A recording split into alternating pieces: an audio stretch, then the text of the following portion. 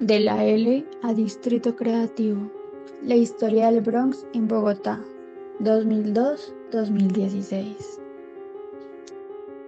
El último escalón, donde la miseria consume los cuerpos y el tiempo se detiene en una bocanada de humo. Un hogar jamás deseado. El pan de cada día. Una infancia rota, una desesperación adulta y una súplica inútil en una calle que ya no tiene futuro. En el centro de Bogotá, o también el corazón de Bogotá, hay un lugar donde la vida es una lucha constante, donde la pobreza, la violencia y la exclusión son la norma que rige. Este lugar es el Bronx, un barrio que ha sido olvidado por la sociedad. Sin embargo, trae un contexto de fondo. Bronx era un barrio prometedor, lleno de vida, de esperanza, pero con el tiempo se fue convirtiendo en pobreza, en violación, violencia y corrupción. Esto se apoderó terriblemente del lugar y hoy en día simplemente queda una percepción del Bronx como un símbolo de la exclusión, de la marginalización, de la pobreza, del narcotráfico. Pero para otras personas este lugar también significa resistencia, lucha y hogar. Todo comienza en el barrio Santa Inés, que fue uno de los primeros barrios en Bogotá. Este barrio toma su nombre por la iglesia Santa Inés, fundada en 1645. En este barrio vivían familias de renombre como los Turbay, los Salem, los Rima, que eran familias que pertenecían a la clase media alta de la época.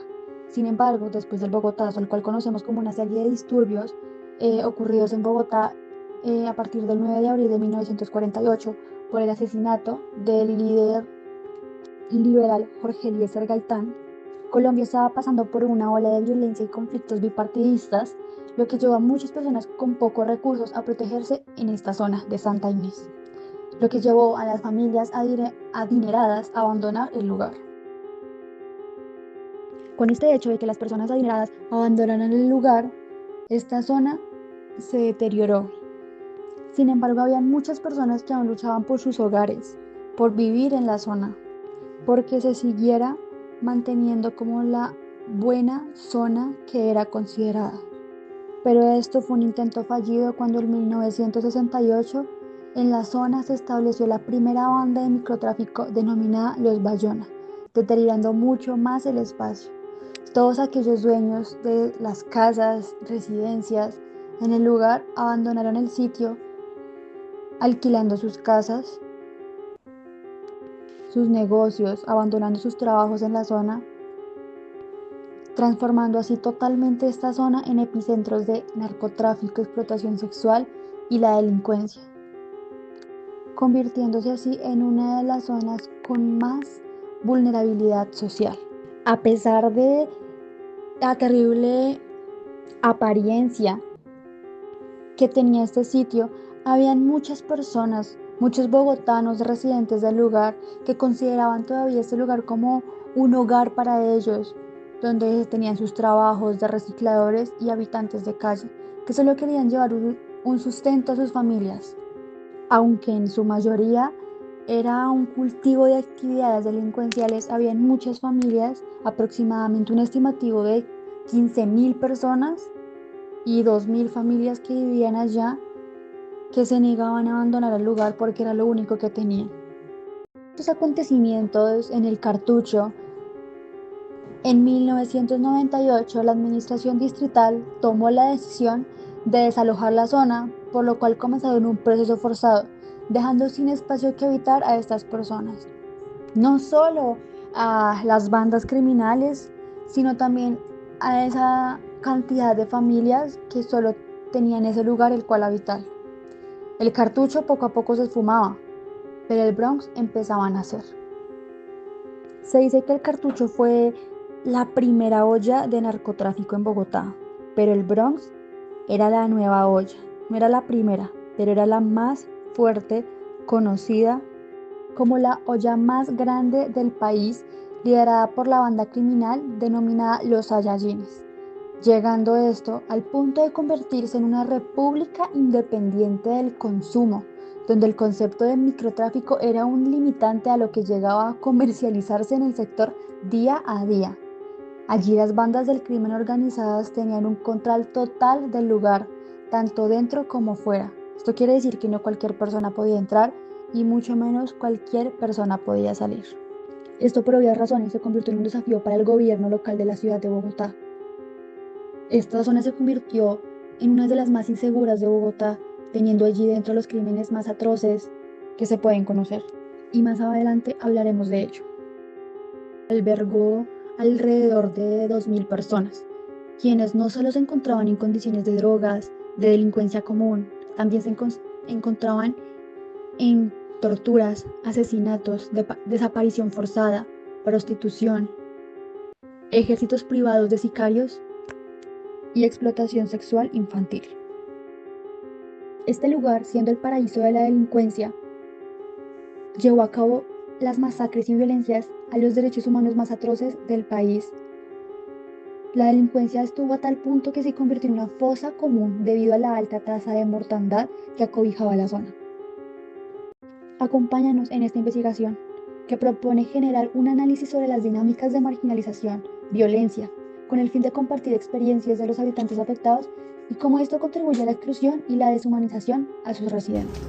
Buenas tardes, el día de hoy nos encontramos con Carolina, quien nos va a contar su experiencia en el antiguo Bronx. Queremos conocer cómo fue tu experiencia recorriendo el Bronx. Bueno, pues eso fue hace muchos años.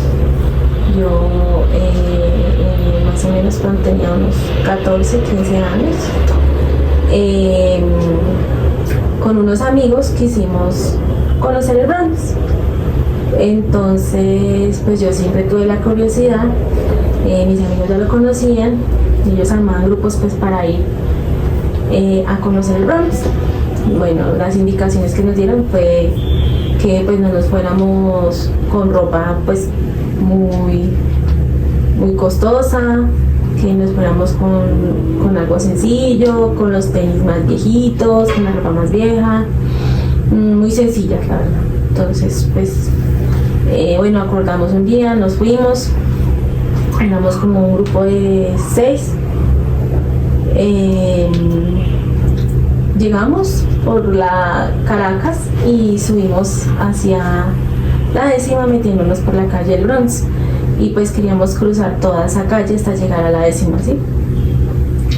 Bueno, empezamos nuestra travesía ese día, nos adentramos por esa cuadra, pues era la cuadra más peligrosa, se veía de todo, se veía prostitución, se veía niños, se veían niños drogadictos, habitantes de calle, así como también se veía gente bien, entraban motos, entraban carros bien, gente bien vestida, pues a comprar la droga, porque ya se traficaba mucho con droga.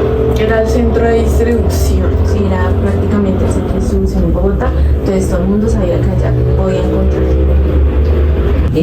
¿Cómo era que se manejaba el microtráfico?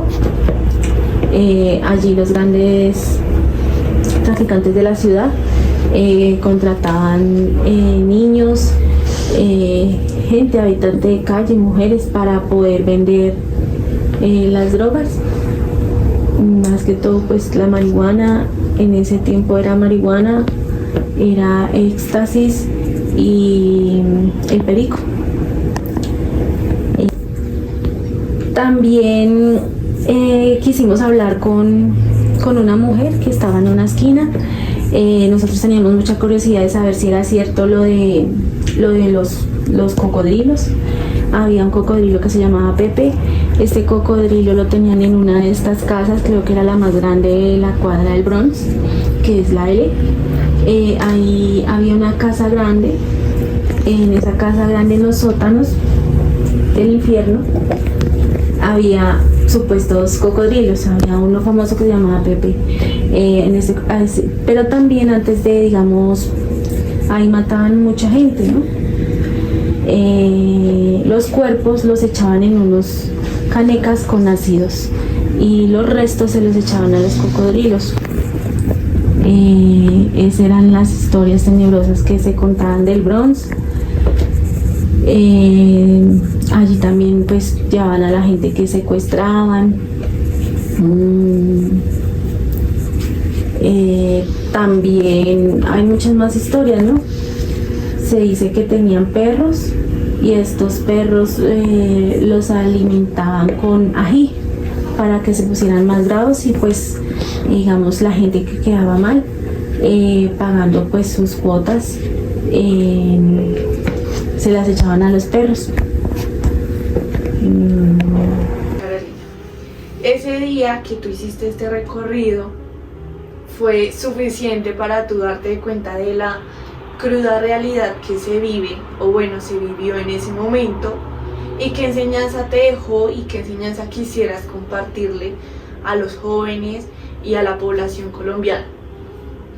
Bueno, pues para mí fue impactante el hecho solamente ya de entrar a esa calle, se sentía un aire diferente, se sentía un ambiente muy hostil, todo el mundo te mira raro y uno ve gente que cree que uno nunca va a tener cerca, con armas.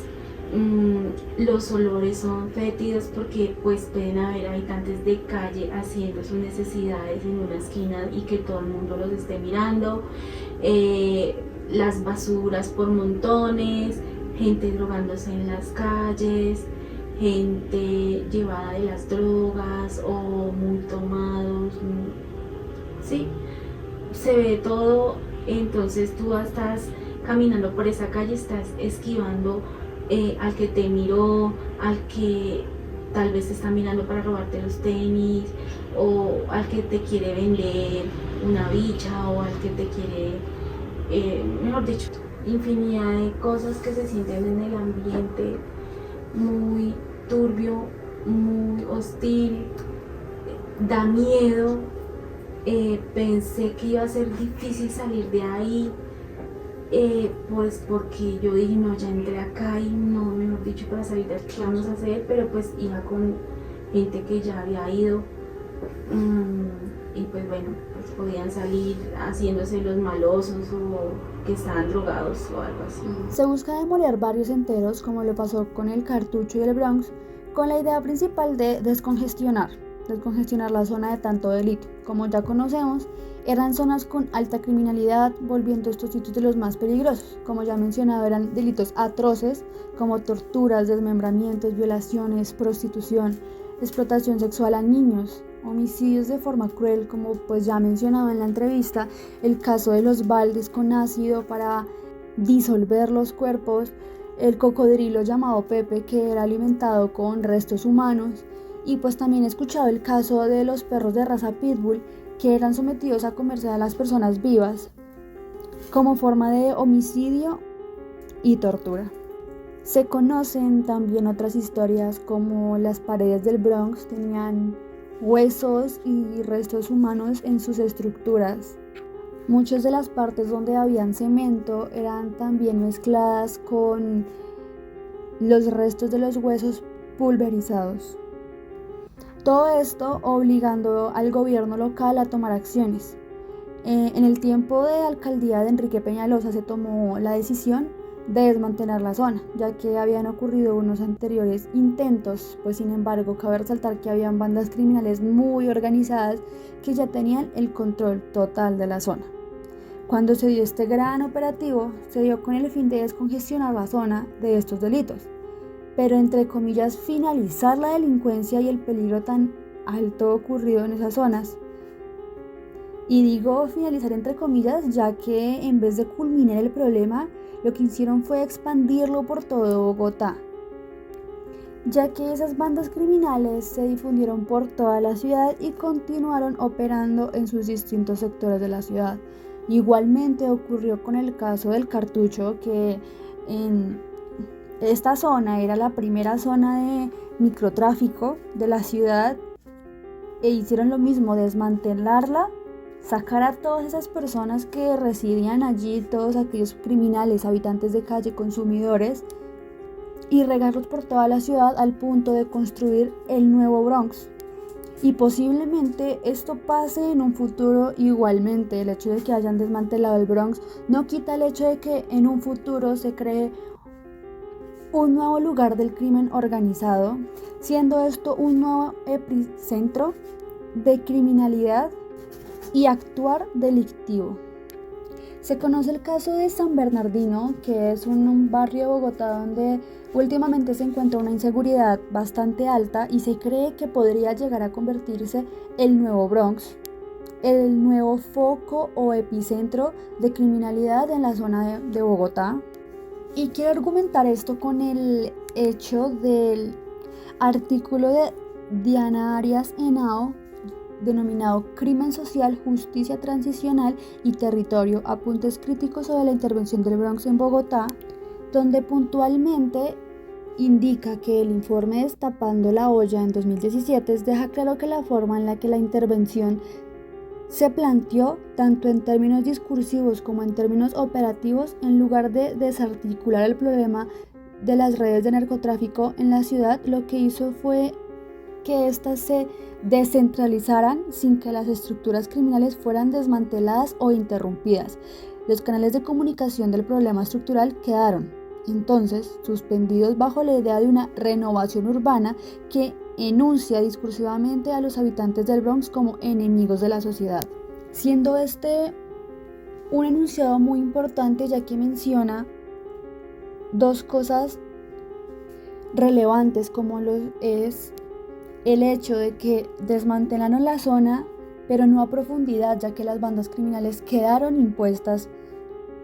El gobierno local, la alcaldía, lo único que hizo fue tomar de nuevo la zona que estaba siendo invadida y criminalizada, mas sin embargo las personas responsables de esto quedaron libres y esparcidas por todo Bogotá sin ser interrumpidas o desmanteladas, lo que lleva a un posible hecho de, como ya mencionado, un nuevo Bronx o un nuevo foco de criminalidad en Bogotá. Y por otro lado está el apunte de la renovación urbana, la cual también es una idea bastante puntual de por qué se busca demoler los barrios enteros, porque realmente lo único que buscan es esa reconstrucción urbana, tomar de nuevo esos sectores los cuales tenían los criminales y personas habitantes de la calle para construir el centro cultural que actualmente está construido y no llegar más a fondo del problema, como por ejemplo encontrar y responsabilizar a las bandas criminales organizadas que operaban ahí. También se contempla la idea de que desmantelar estos barrios se hace también con intereses políticos. Estos barrios son considerados por muchos bogotanos como una, entre comillas, plaga para la ciudad. Entonces los candidatos, como posiblemente fue el caso de Peñalosa, se aprovecharon para su campaña, para utilizarlo en pro de su campaña, solo por el hecho de poder decir que durante su alcaldía se desmontó o se derrumbó el famosísimo Bronx. La intervención de la alcaldía en 2016, que cerró el Bronx y desmanteló el microtráfico en la zona, fue un intento por devolver la seguridad a esta parte de la ciudad. Sin embargo, el espacio se había convertido en un lugar de extrema inseguridad con niveles de violencia y explotación insostenibles. El cambio fue doloroso y permitió que se empezara a pensar en un uso diferente para este terreno, un uso que beneficiaría a la ciudad como un todo y no solo a los grupos criminales. La demolición no cambió las condiciones sociales de fondo, la violencia y la pobreza no desaparecieron, solo se desplazaron a otras partes de la ciudad. Estos desplazamientos no son solo de personas, sino también de las dinámicas de exclusión. En lugar de tomar en serio la rehabilitación social y la inclusión de las personas más vulnerables, se optó por una solución puramente estética y de control. El Bronx era también un reflejo de las fallas estructurales de la ciudad. No podemos simplemente quedarnos con esto. La ciudad no puede seguir tolerando que estos focos de violencia sigan creciendo. A pesar de que el Bronx ya desapareció, también se realizaron esfuerzos para reubicar a muchos de sus habitantes en otros lugares. Sin embargo, pues la solución no fue perfecta, no fue suficiente.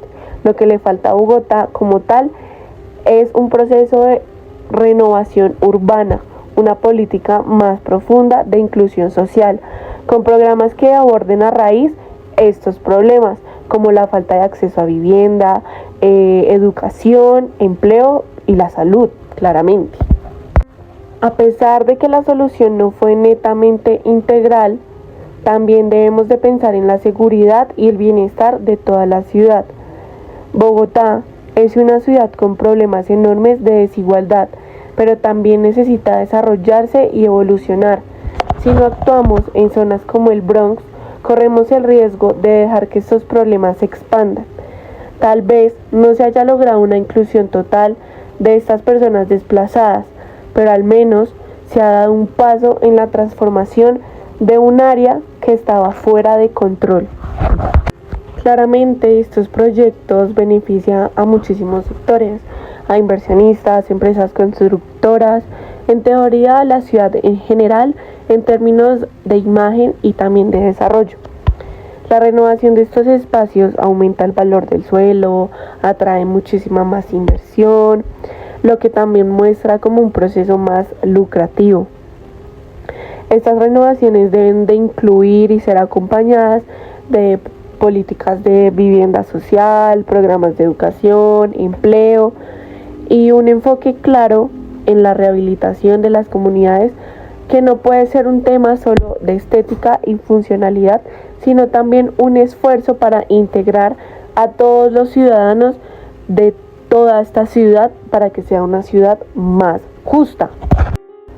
Hasta que no cambiemos esa percepción, esa contextualización y se empiece a ver la ciudad como un espacio más común para todos, sin excluir a los que menos tienen, Bogotá seguiría enfrentando esos mismos problemas. Los proyectos de renovación deben de ir acompañados con esa transformación profunda para un cambio, que sea un cambio significativo. Un cambio en cómo entendemos el derecho a la ciudad, a poder disfrutar de cada uno de estos proyectos.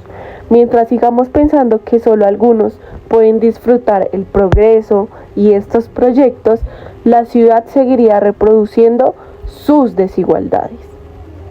El Bronx en Bogotá ha sido durante años un símbolo de la desigualdad y la marginación, pero también una representación de la resiliencia humana. A través de su historia, este barrio ha mostrado las contradicciones de una ciudad que por un lado avanza hacia la modernidad, pero por otro deja sectores de su población en el abandono. La transformación del Bronx, impulsada por políticas públicas y el trabajo de diversas organizaciones, es un llamado de atención sobre la necesidad de construir ciudades más inclusivas, que no solo se preocupen por el desarrollo económico, sino también por el bienestar social y la dignidad de cada uno de sus habitantes. Este proceso de transformación, sin embargo, debe ir más allá de la mera rehabilitación física del espacio. Se necesita una visión integral que incluya educación, salud y oportunidades de trabajo para los más vulnerables, garantizando que la revitalización del Bronx no sea solo un cambio estético, sino una verdadera reparación social, del tejido social. En ese sentido, el Bronx no solo es un lugar físico, sino un recordatorio de las heridas sociales que deben sanar para lograr una sociedad más justa y equitativa. Finalmente, la experiencia del Bronx nos invita a reflexionar sobre el poder de la comunidad, la solidaridad y el compromiso en la construcción de una ciudad que, más que un conjunto de edificios y casas, sea un espacio donde cada persona tenga la oportunidad de prosperar sin importar su origen y condición.